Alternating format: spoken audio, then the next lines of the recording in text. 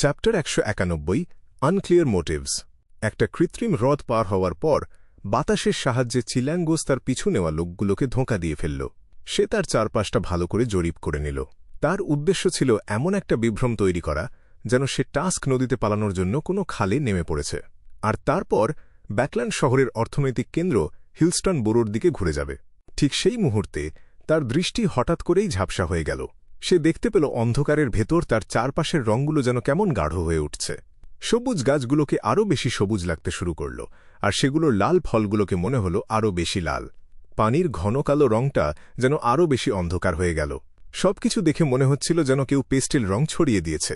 আকাশের যে অংশে গাঢ় লাল চাঁদটা ঢাকা পড়েছিল তার নিচে অনেকগুলো অবর্ণনীয় স্বচ্ছ আকৃতি ভেসে বেড়াচ্ছিল। সেই সাথে ছিল রহস্যময় জ্ঞান ধারণ করা নানা ধরনের উজ্জ্বল আলোর ছটা। চিলাঙ্গোস বুঝতে পারল শূন্যে ভাসতে ভাসতেই সে হঠাৎ থেমে গেছে। তার পায়ের নিচ থেকে কালো পানি ক্রমাগত তার দিকেই উঠে আসছিল। সেই পানির নিচে ছিল ফ্যাকাশে সাদা রঙের অনেকগুলো হাতের তালু, যেগুলো তার দিকেই হাত বাড়াচ্ছিল। অবস্থা সুবিধার নয়। চিলাঙ্গোস বুঝতে পারল যে সে আসলে ফাঁদে পড়েছে, আর যে এই ফাঁদ পেতেছে সে কোনোভাবেই দুর্বল কেউ নয়। হঠাৎ করেই তার সামনে একটা দৈত্যাকার মানবাকৃতির কঙ্কাল এসে হাজির হল। ডানবটার উচ্চতা ছিল ৪ মিটার, আর তার চোখের কোটরে দাউদাউ করে জ্বলছিল কুচকুচে কালো রঙের আগুন। তার শরীরের হাড়গুলো ছিল বেশ ঝাপসা আর মায়াবী। চিলাঙ্গোস একেবারে ভাবলেশহীন দৃষ্টিতে তার শত্রুর দিকে তাকাল আর তাচ্ছিল্যের সাথে হাসল। ঠিক একই সময়ে তার বাম হাতের গ্লাভস থেকে ঝলমলে আলোর ছটা বেরিয়ে এলো। দেখে মনে হচ্ছিল যেন ওটা খাঁটি সোনা দিয়ে বানানো।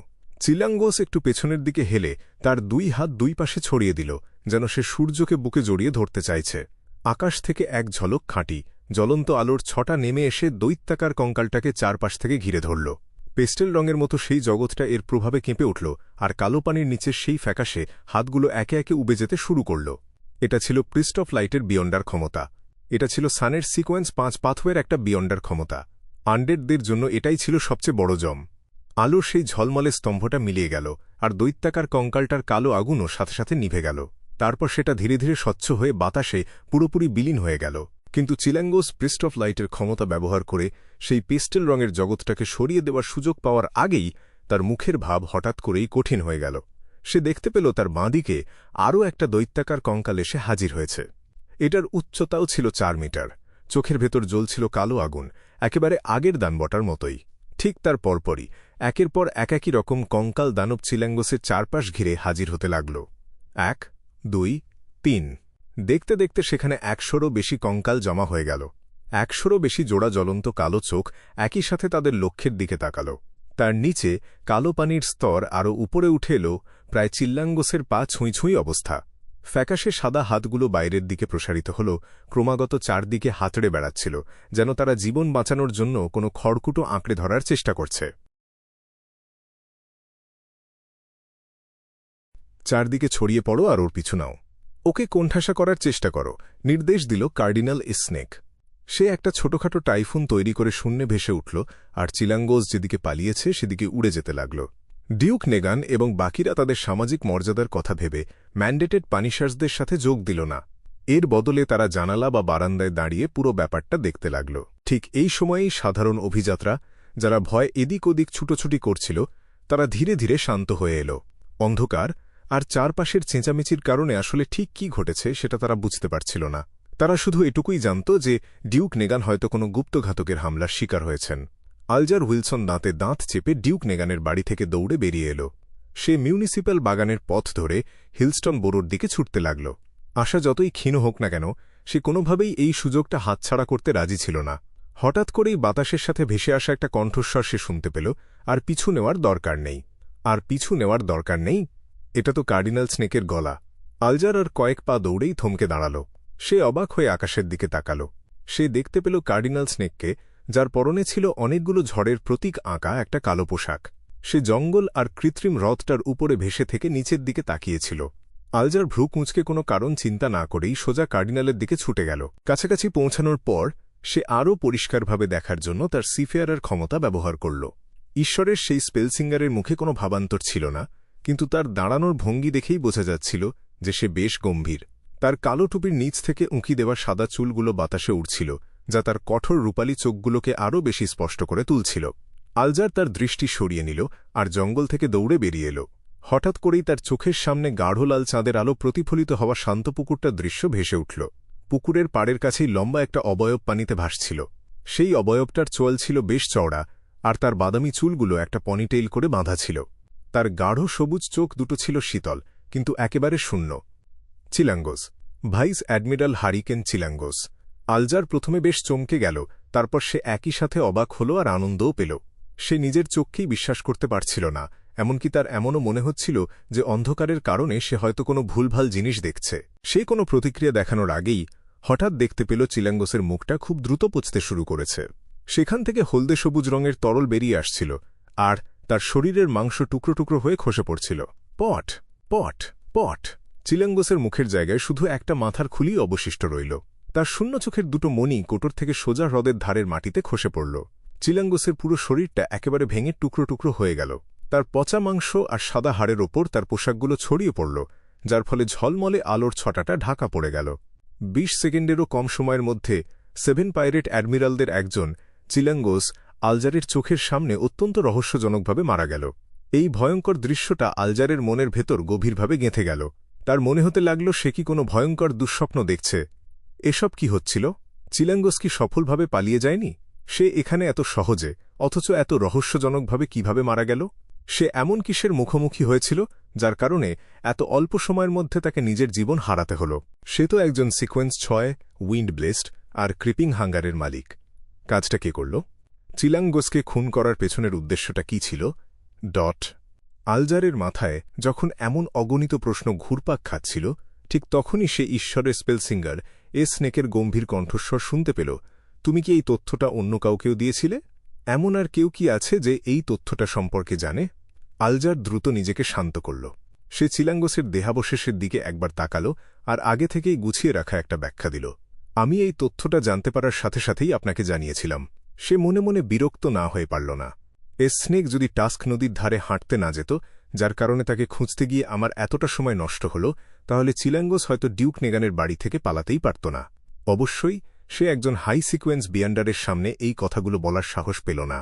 সে শুধু অত্যন্ত সম্মান আর বিনয়ের সাথে বলে চলল, যে কর্মী এই তথ্যটা সরাসরি পেয়েছিল সে এর জন্য নিজের জীবনও উৎসর্গ করেছে। আর এটা এখানে নিয়ে আসার সময় কেউ চিঠিটা খুলেও দেখেনি, এটার গ্যারান্টি আমি দিতে পারি।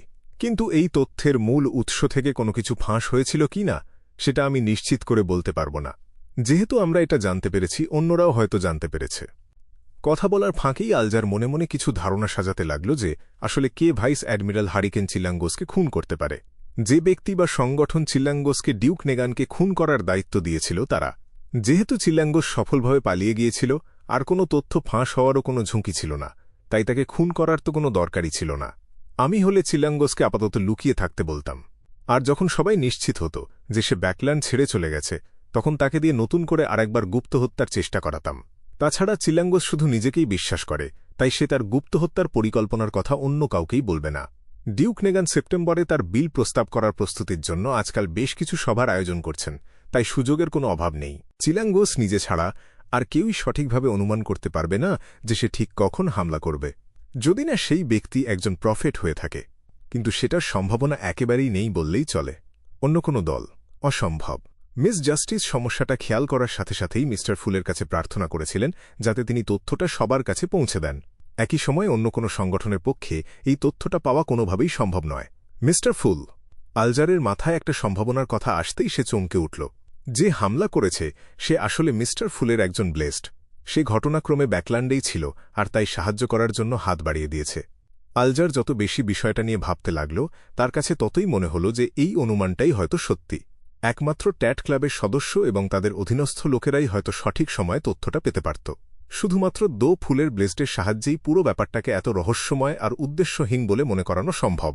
সে যখন তার চিন্তার জগতে হারিয়ে গিয়েছিল, ঠিক তখনই কার্ডিনাল স্নেক কিছুক্ষণের জন্য নীরব হয়ে গেল। বাকি যেসব ম্যান্ডেটেড পানিশার্সরা সেদিকে আসছিল, সে তাদের উদ্দেশ্যে বলল, চিলাঙ্গোস মারা গেছে। একজন হাই সিকোয়েন্স বিয়ন্ডার অথবা এমন কেউ যে ঠিক ওই লেভেলের কোনো সিল্ড আর্টিফ্যাক্ট ব্যবহার করেছে, সেই তাকে খুন করেছে। তবে এটা বেশ বিপজ্জনক, আর এমনটা হওয়ার সম্ভাবনাও খুব কম। প্রাথমিক বিশ্লেষণের পর আমার বিশ্বাস এই হাই সিকোয়েন্স বিয়ন্ডার আসলে ডেথ পাথওয়ের কেউ, হয়তো নিউমিনাস এপিস্কোপেটের কোনো সদস্য, তবে আমার পরিচিত কেউ নয়। এটা অন্য কোনো গোপন সংগঠনের সদস্য হওয়ার সম্ভাবনাও রয়েছে। উদ্দেশ্যটা অস্পষ্ট। নিউমিনাস এপিস্কোপেটের উৎপত্তি হয়েছিল সাউদার্ন কন্টিনেন্ট থেকে। কিংবদন্তি আছে যে ডেথকে পুনরুজ্জীবিত করার চেষ্টায় ডেথেরই কোনো এক বংশধর এই দলটা প্রথম তৈরি করেছিল। সাউদার্ন কন্টিনেন্টকে উপনিবেশে পরিণত করার পর তারা প্রায় ধ্বংসই হয়ে গিয়েছিল, কিন্তু তারা জেদের বসে কোনো মতে টিকে থাকে আর নর্দার্ন কন্টিনেন্টের দেশগুলোর দিকে ছড়িয়ে পড়ে। একজন হাই সিকোয়েন্স বিয়ন্ডার, হ্যাঁ, শুধুমাত্র একজন হাই সিকোয়েন্স বিয়ন্ডারই এত অল্প সময়ের মধ্যে চিলাঙ্গোসকে খুন করতে পারে। মিস্টার ফুলের শুধুমাত্র একজন ব্লেজডি এত উচ্চ সিকোয়েন্সের অধিকারী... সে তো একটা ডেমিগড। আলজার আবারও সেই হাড় আর মাংসের স্তূপটার দিকে তাকাল। তার মনে হল সে যেন চারপাশের সব কিছু থেকে বিচ্ছিন্ন হয়ে পড়েছে, যেন তার সব আবেগ হারিয়ে গেছে। সে হতভম্ব হয়ে সেখানে দাঁড়িয়ে রইল আর সব কিছু দেখতে লাগল। যদি কোনোদিন আমি মিস্টার ফুলের সাথে বিশ্বাসঘাতকতা করি। হঠাৎ করেই তার মাথায় এমন একটা চিন্তা এলো। সাথে সাথেই চিল্লাঙ্গোসের দ্রুত পচে যাওয়ার সেই ভয়ঙ্কর দৃশ্যটা তার মনের পর্দায় ভেসে উঠল। আলজার ভয়ে কেঁপে উঠল আর নিজের মাথা নিচু করে ফেলল। একই সাথে সে বেশ স্বস্তিও পেল। যেহেতু তার পালানোর বা যুদ্ধ করার কোনো উপায় নেই, তাই তার কাছে বিশ্বস্ত থাকা ছাড়া আর কোনো পথও খোলা নেই। যাক, চিল্লাঙ্গোস মারা যাওয়ায় এখন আর কেউই আমাকে সেই গোপন বিষয়টা নিয়ে হুমকি দিতে পারবে না। সে স্বস্তির নিঃশ্বাস ফেলল, তার সব দুশ্চিন্তা মুহূর্তেই উধাও হয়ে গেল। ডিউক নেগানের বাড়িতে অড্রে হল যে তার মা এবং অন্যান্য অভিজাতদের সাথে এই গুপ্তহত্যা নিয়ে আলোচনা করছিল। সে দেখতে পেল তার বাবা দরজার কাছে এসে দাঁড়িয়েছে। সে একটা অজুহাত দেখিয়ে বিশ্রাম কক্ষ থেকে বেরিয়ে মূল হলের বারান্দার দিকে চলে গেল। বাবা, কোনো সমস্যা হয়েছে? অড্রে তার সবুজ চোখ মেলে আর্ল হলের দিকে তাকাল। তার এই সবুজ চোখ সে তার মায়ের কাছ থেকে পেয়েছে, বাবার কাছ থেকে নয়। আর্ল হল হাসলেন। সমস্যা মিটে গেছে মা, তোমার আর চিন্তা করার কোনো কারণ নেই। তুমি কি কাউকে বলেছিলে যে ব্যারন গ্রামির আসলে একজন ছদ্মবেশী ছিল? না। অড্রে বেশ দৃঢ়ভাবে মাথা নাড়ল। আমি শুধু প্রায় ঈশ্বরের সমতুল্য একজন অস্তিত্বকেই বলেছিলাম। সে মনে মনে কথাটা যোগ করল। সে একটু ভেবে নিল, তারপর নিজের মতো করে বুঝিয়ে বলল, আপনাকে বলার পর আমি বাথরুমে গিয়েছিলাম আর তারপর সোজা মায়ের কাছে চলে আসি। আপনি চাইলে তাকে জিজ্ঞেস করে দেখতে পারেন। বুঝতে পেরেছি। আর্ল হল মাথা নাড়লেন। তিনি এই বিষয়ে নতুন করে কিছু বলার আগেই জানালেন, চিলাঙ্গোস মারা গেছে। কেউ একজন তাকে খুন করেছে। কে? অড্রে যতটা চমকে গিয়েছিল ততটাই রোমাঞ্চিত হয়েছিল। কোনো ধারণা নেই। খুনি কেন চিলাঙ্গোসকে খুন করল সেটা আমরা এখনো বুঝে উঠতে পারছি না। এটা সত্যিই বোধগম্য নয়। আর্ল হল একটু থামলেন।